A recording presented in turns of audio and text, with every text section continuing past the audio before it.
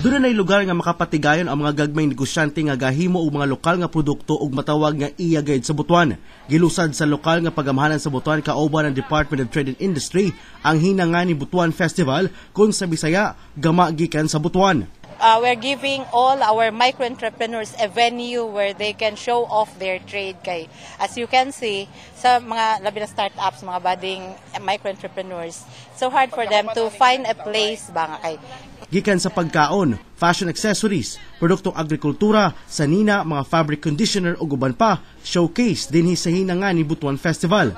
Sama ni ining naka-display nga mga home and body care products nga locally made sa Butuan. Doon na sila detergent powder, fabric conditioner, liquid hand soap ug dishwashing liquid. Gawa sa mayong kalidad, barato pa kining mapalit. Unang-una, mas affordable ni kay kita may naghimo.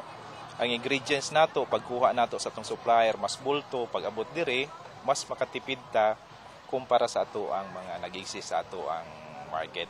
Pang-export na usab sa US ug Japan kini mga pitaka, bracelet, cellphone holder ug bakos nga gama gikan sa Bagol. Taga barangay Duongan ning syudad ang tag-iya sa maong mga produkto. Sumala kanila, dili kaayo mahalin ang mga produktong iya sa Butuan tungod sa kakulangon sa promosyon ug marketing plan. Pinaagi sa gilusad nga hinangani Butuan Festival, nahatagan sila og higayon aron mahanyag ang produktong unta mao'y suportahan sa mga Butuanon.